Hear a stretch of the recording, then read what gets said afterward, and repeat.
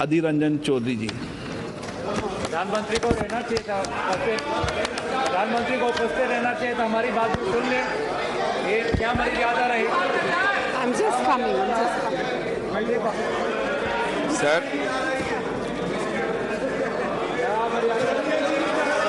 ये हमारे ये उनका बैग यहीं पे है, उनका बैग यहीं पे है, उनका बैग यहीं पे, ये देखिए बैग आपके बैग यहीं पे, आप तो चली नहीं गए, आप तो चली नहीं गए, आ रहे वापस। चिंता नहीं आ रही है, आपके कहाँ गए? बहुत लंबी भाषण के। अरे आ रहे भाई, आप कहाँ जा रहे?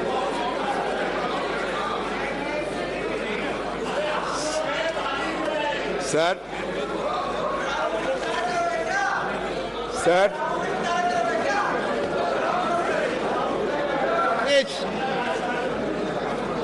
Please sir, I must appreciate your endeavor for offering this opportunity to ventilate our views on the constitutional दिवस, संविधान दिवस।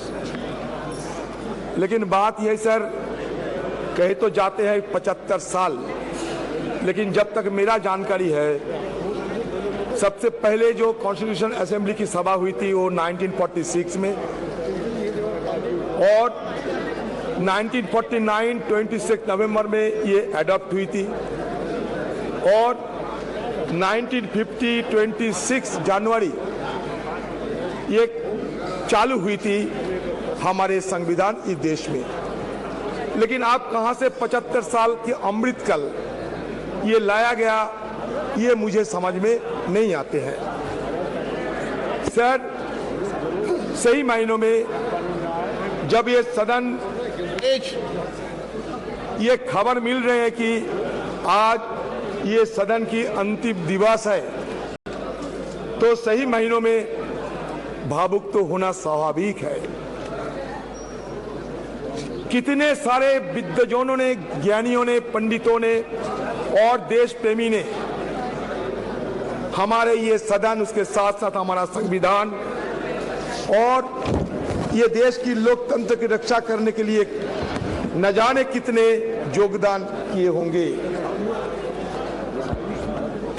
बहुत सारे हमारे पूर्वजों ने ये दुनिया छोड़ के चले गए, उनका याद हम करते रहेंगे। जिंदगी में ये सदन जरूर कहेगी कि जिंदगी में कितने दोस्त आए और कितने बिखर गए। किसी ने 2 रोज के लिए आए तो किसी ने चलते ही सांस भर लिए।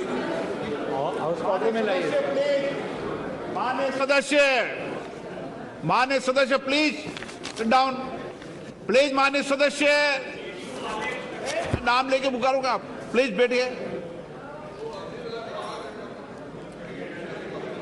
माननीय सदस्य प्लीज बैठिए, बैठिए। सर क्या है सर? जिंदगी में कितने दोस्त आए और कितने बिखर गए। किसी ने 2 रोज के लिए आए, किसी ने चलते ही सांस भर लिए, पर जिंदगी की दूसरा नाम है दरिया, वो तो बस बहते रहेंगे, चाहे रास्ते में फूल गिरे या पत्थर। उसी तरह हमारी ये सदन की कारवां ये भी चलते आ रहे हैं और आज भी ये चल रहे हैं। Sir, today I may come to that conclusion that this is the last day. Naturally, we are all present here to bid the adieu of our old building.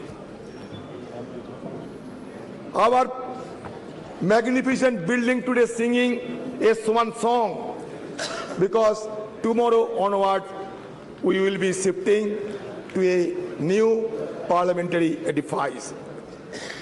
Sir, मैं शुरू में ये कहना चाहते हैं, मैं ज्यादा समय तो नहीं है हम लोगों के लिए, कि जब संसद में संविधान की चर्चा हो, लोकतंत्र की चर्चा हो, तो हमारे पंडित नेहरू जी और बाबा साहेब अम्बेडकर, नेहरू जी तो आर्किटेक्ट ऑफ मॉडर्न इंडिया कहते थे, बाबा साहेब अम्बेडकर को हम फादर ऑफ द कॉन्स्टिट्यूशन मान्यता देते हैं। अच्छा लगा कि आज नेहरू जी के बारे में हमें भी मौका मिलेगा ये सदन में बात रखने की। तो शुरुआत में मैं ये कहना चाहते हैं sir, architect of modern India Nehru had said parliamentary democracy demands many virtues. It demands, of course, ability. It demands a certain devotion to work, but it demands also a large measure of cooperation, of self-discipline, of restraint. We know very well that there are not many countries in the world where it functions successfully. I think it may be said without any partiality that it has functioned with large measure of success in the country. Why? Not so because we, the members of this house, are exemplars of wisdom, but I think because of the background of our country and because our people have the spirit of democracy in them. Jawaharlal Nehru detested cultism. He was humble in his submission to constitutional requirement. In an interview with Mr. P.K. Karanjia, he specifically mentioned, "You are wrong in using words like the Nehru epoch or Nehru policy." Though he enjoyed massive majority in the parliament, he was tireless in listening opposition voice and never mock, deflect, pontificate when answering questions asked of him. He never believed in steamrolling the opposition and given due respect to feelings and sentiments of the opposition member. It is significant to note that it was during his tenure the parliament ran smoothly. He was not only led the nation in a difficult situation, but he was the prime force and pioneer who has given a wonderful beginning of our parliamentary democracy by his immense contribution. Sir, मैं आपके संगठन में लाना चाहते हैं, even speaker bell would ring for Jawaharlal Nehru when he exceeded time limit while making his speeches in the parliament. It shows that no one was beyond parliament's prerogative, and that was Nehru's contribution. Analyzing Jawaharlal Nehru's contribution to the development of parliamentary democracy in India has become significant and mere relevant in the contemporary context, which forces us to recall the glorious beginning of our parliamentary democracy, where healthy debate and discussions were order of the day. Sir, अगर सदन में जवाहरलाल नेहरू की चर्चा ना होगी तो it will be equivalent of the performance of Hamlet without the presence of Prince of Denmark. At the stroke of midnight hour, the iconic speech has delivered in the parliament still has been reverberating the entire precincts of this house. Sir, another one, most illustrious person, Baba Saheb Ambedkar. Sir, Baba Saheb Ambedkar, who is regarded as the father of our constitution, he suggested that political democracy cannot last unless there lies at the base of it social democracy. What does social democracy mean?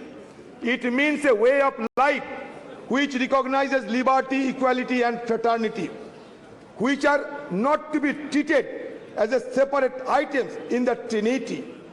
They form a union of Trinity in the sense that to divorce one from the other is to defeat the very purpose of democracy. Equality cannot be divorced from liberty. Liberty cannot be divorced from equality. And nor equality and liberty can be divorced from fraternity.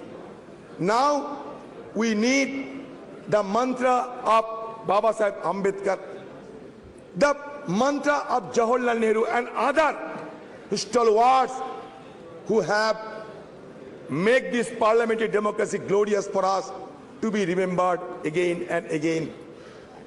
Sir, ये parliament में कभी भगत सिंह जी एक बम फेंका था, लेकिन किसी को आहत करने के लिए नहीं, ब्रिटिश सरकार को जगाने के लिए। 1929 में सर ये सदन में हमला हुई थी। 2001 साल में आतंकवादी ने हमला किया था, हमारे वॉच एंड वार्ड और सारे लोग ये आतंकवादी हमला को रोके थे। आज हम सब के लिए हमारी तरफ से श्रद्धा अर्पण करना चाहते हैं। ये सदन के सारे मेंबरों के साथ साथ हमारे जितने स्टाफ है सर, ये मेहनत करते हुए आज इस सदन को इतना गरिमामय बनाया है। सर आप सुन के चौंक जाओगे सर, जब पंडित जवाहरलाल नेहरू ने हिंदुस्तान की ये प्राइम मिनिस्टरशिप को संभाला, ये देश को अगुवाई करने के लिए तैयार हुई, तब हिंदुस्तान की हालत क्या थी जानते हैं सर? हमारे आयु थी महज 32 साल, हमारा साक्षरता थी महज 12%। सर पर कैपिटा हमारा रोजगार क्या था जानते हैं सर? सिर्फ 245 रुपया। आप सोचिए, एक तरफ अकाल, विभाजन, पाकिस्तान और हिंदुस्तान के बंटवारा, लाखों की तादाद के लोगों को जान गंवाने पड़े, सारे देश में तही तही मच गई थी। उसी कठिन हालत में जवाहरलाल नेहरू साहब को ये सरकार को संभालने पड़ी। और उस समय की हमारे आर्थिक हाल को भी अब देखिए कि रोजाना हमारी देश की हर व्यक्ति को रोजगार थी सिर्फ 245 रुपया। सर आज 14-15 साल तक ये देश की हर व्यक्ति की रोजगार बढ़ाया गया था 72,000 रुपया, अभी उससे और बड़ी होंगी। तो इसका मतलब किस जगह से उन्होंने शुरू किया था और किस जगह पहुंचे। इसीलिए उन्होंने कहा था उसी दिन कि long years ago we made tryst with destiny and the time comes when we will redeem our pledge. सिर्फ जवाहरलाल नेहरू नहीं, उस कॉन्स्टिट्यूएंट असेंबली में जितने लोग थे सारे ने ये शपथ ली थी कि हम देश को आगे बढ़ाएंगे, और देश आगे बढ़ते बढ़ते यहां तक पहुंचे।